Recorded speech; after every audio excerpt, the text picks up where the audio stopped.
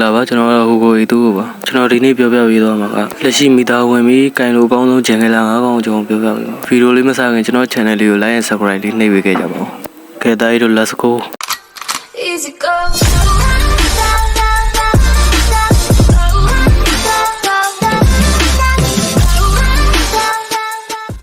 ကျွန်တော်ပထမဆုံး hero အနေနဲ့လင်းနဲ့စကြပါနော်လင်းအခုမိသားမှာတော်တော်လေးကင်လိုကောင်းတဲ့ assassin channel လာကောင်လို့ပြောလို့ရတယ်ကျွန်တော်တို့ဘာမှထွေထူးမလို့လင်းတပတ်ပလေးလောက်ကောက်တိုက်ရုံနဲ့တင် RAM မှာသွားပြီးကင်လို့ရတယ်လင်းကို 4 play ကိုမြင်မြင်ဆန်းဆန်းကောက်နိုင်ရင်လည်းပိုကောင်းတာပါပဲကျွန်တော်တခုပြောချင်တာက enemy hero ပြအခြေအနေပေါ်မူတည်ပြီးကင်ပါကျွန်တော်လိုမျိုးတော်သားတွေတော့မကင်ပါနဲ့နောက် hero တစ်ကောင်က6မဟုတ်သူနိုလန်ကတော့အခုစီစဉ်မှာကျွန်တော်တွေ့ရတဲ့လောက်ဆိုရင်တော်တော်များများမကင်ကြဘူးကျွန်တော်က low rank ဖြစ်နေလို့လည်းပါမှာပေါ့ကျွန်တော်ဘာမှထွေထူးမပြောတော့ Nolan player ဆိုရင် Nolan ကို rank မှာစမ်းကင်ကြည့်ပါတကယ်ကင်လို့ကောင်းပါလေရှေ့မှာပြောခဲ့သလိုပဲ enemy hero ပြအခြေအနေပေါ်မူတည်ပြီးတော့ကင်ပါနောက် hero တစ်ကောင်ကတော့ Lancelot ပဲဖြစ်ပါတယ် Lancelot ကတော့အခုမီတာမှာကျွန်တော်အပြင်တော်တော်များများတခြားတော်တော်များများကင်ကြတဲ့လူအများကြီးရှိပါတယ်ကျွန်တော် rank မှာလည်းခဏခဏတွေ့ရပါတယ်Lancelot ကတော့ကျွန်တော်လိုလက်မြန်ပြီးစပယ်သုံးတာတီးတီးကြသုံးနိုင်တဲ့လူတွေကင်တဲ့ hero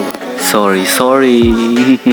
enemy hero အခြေအနေပေါ်မူတည်ပြီးတော့ပေါ့ကျွန်တော်တို့နောက် hero တစ်ကောင်ကတော့ Hera လေးပဲဖြစ်ပါတယ်ဘာမှထွေထူးပြောနေစရာမလိုအရှိ MSC မှာလည်းကျွန်တော်တို့ရဲ့ဟန်ကြီးကျမ်းပြထားလဲတွေ့တယ်ကျွန်တော်တို့ဟန်ကျမ်းပြထားလို့တော့မဟုတ်ဘူးဒီ hero ကသူ့ရဲ့ spell တွေကိုတေချာတေးသေးတတ်လေးသုံးသပ်မယ်ဆိုရင်တကယ်ကင်လို့ကောင်းတဲ့ session နဲ့ကျန်ကလာတစ်ကောင်ပေါ့ကျွန်တော်ကြည့်ရတဲ့လို့ဆို high rank မှာပါ ban နေကြတာတွေ့တယ်ဘာပဲဖြစ်ဒီ hero ကကိုပိုင်နိုင်နဲ့ကင်တက်တယ်ဆိုရင်တကယ်ကင်တဲ့ hero တစ်ကောင်ပေါ့တေချာမပိုင်နိုင်သေးဘူးဆိုလို့ရှိရင်လည်း classic မှာ5-10ပွဲလောက် train ပြီးတော့ rank မှာတော့ကင်ကြည့်တွေ့တယ်ကဲကျွန်တော်တို့နောက်ဆုံး hero တစ်ကောင်ဖြစ်တဲ့ရင်းမီတာတွေမှာအရန်ကြံခဲ့တယ်တော်တော်များများလည်းကင်ကြတယ်ခုလက်ရှိမီတာမှာပါတော်တော်များများကင်နေကြတယ်ကျွန်တော်တို့ရဲ့ hero ကြီး